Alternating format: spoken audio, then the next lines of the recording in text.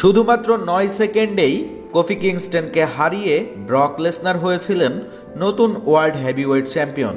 অর্থাৎ শুধুমাত্র একটি F5 মেরে কোফি কিংস্টনকে হারিয়ে জয় পেয়েছিলেন দ্য বিস্ট ব্রক লেসনার এবং হয়েছিলেন নতুন ওয়ার্ল্ড হেভিওয়েট চ্যাম্পিয়ন।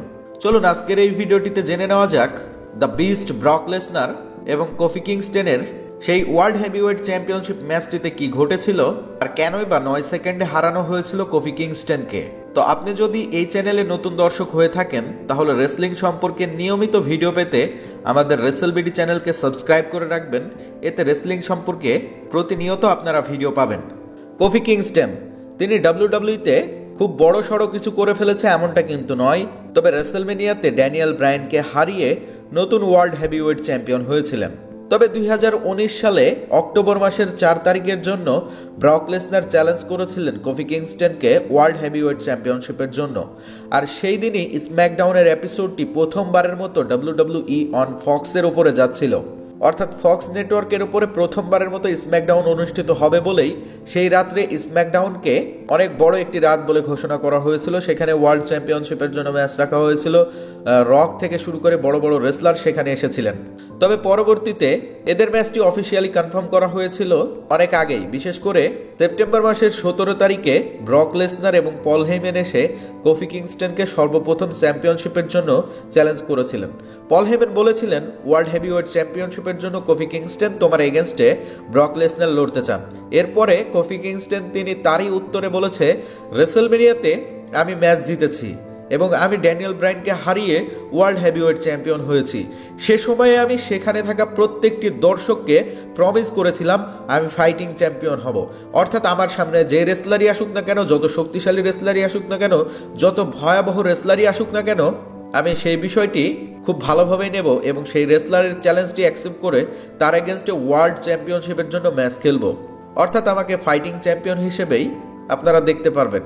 এ কথা যেহেতু রেসলমেনিয়াতে প্রমিস করেছিল প্রত্যেকটি দর্শকে কোফি কিংস্টন, সেহেতু সেখানে যখনই ব্রক লেসনার এবং পল হেইম্যান এসে 17 সেপ্টেম্বর 2019-এ স্ম্যাকডাউনের এপিসোডে চ্যালেঞ্জ করেছিলেন কোফি কিংস্টনকে, তখনই কোফি কিংস্টন বলে ওঠেন, আমি তোমার চ্যালেঞ্জটি অ্যাকসেপ্ট করছি। এরপরেই কোফি কিংস্টনকে ব্রক লেসনার সেখানে একটি F5 মারেন আর তারপরে সেখান থেকে চলে যান।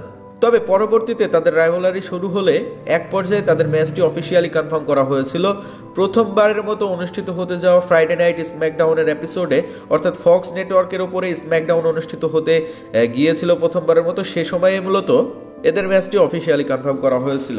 অর্থাৎ 4 অক্টোবর 2019 সালে ফক্সের উপরে অনুষ্ঠিত হতে যাওয়া প্রথম স্ম্যাকডাউনের এপিসোডে কোফি কিংস্টনকে চ্যাম্পিয়নশিপ ডিফেন্ড করতে হয়েছিল দ্য বিস্ট ব্রক লেসনারের এগেনস্টে। চলুন এবার জেনে নেওয়া যাক ব্রক লেসনার ভার্সেস কোফি কিংস্টনের সেই রাত্রিতে সেই ম্যাচে কি অনুষ্ঠিত হয়েছিল বা কি ঘটনা ঘটেছিল। বিশেষ করে ওয়ার্ল্ড হেভিওয়েট চ্যাম্পিয়নশিপের জন্য ম্যাচ অনুষ্ঠিত হয়েছিল ব্রক লেসনার এবং কোফি কিংস্টনের। সেইখানে যখনই প্রথমবারের মতো বেল বেজে উঠেছিল ম্যাচ শুরু হবার, সেই সময় থেকে মাত্র 9 সেকেন্ডের মধ্যেই কোফি কিংস্টনকে হারিয়ে মাত্র 9 সেকেন্ডের ওয়ার্ল্ড চ্যাম্পিয়নশিপ ম্যাচ, এই বিষয়টি আসলে মেনে নেওয়া খুবই টাফ। ওয়ার্ল্ড চ্যাম্পিয়নশিপ ম্যাচ আসলে এমনটা দেখা যায় না, ওয়ার্ল্ড চ্যাম্পিয়নশিপ ম্যাচ অনেক লম্বা দেখা যায়। তবে শুধুমাত্র 9 সেকেন্ডে কোফি কিংস্টনকে হারিয়ে নতুন ওয়ার্ল্ড হেভিওয়েট চ্যাম্পিয়ন হয়েছিলেন ব্রক লেসনার। বিশেষ করে সেই ম্যাচটির শুরুতেই যখন কোফি কিংস্টন ব্রক লেসনারকে আঘাত করতে গিয়েছিলেন, সে সময় ব্রক লেসনার কোফি কিংস্টনকে শুধুমাত্র একটি F5 মেরেছেন।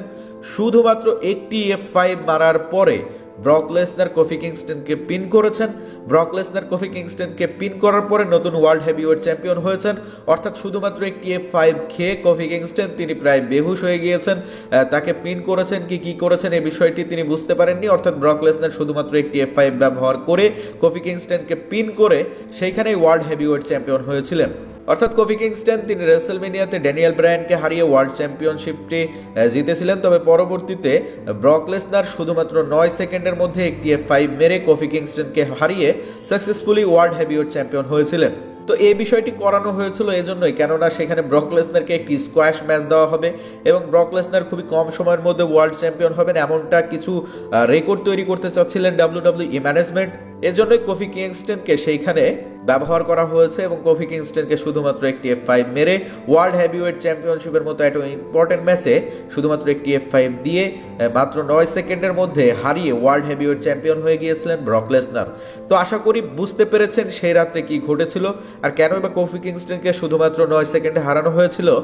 তো এই ছিল আজকের ভিডিওটিতে, দেখা হচ্ছে পরের কোনো ভিডিওটিতে। তবে আমাদের ভিডিও যদি ভালো লেগে থাকে অবশ্যই একটি লাইক দিবেন এবং আমাদের চ্যানেলে নিয়মিত রেসলিং সম্পর্কে ভিডিও দেওয়া হয়, আরও অনেক ভিডিও দেওয়া রয়েছে, সেগুলো আপনারা চাইলে দেখতে পারেন।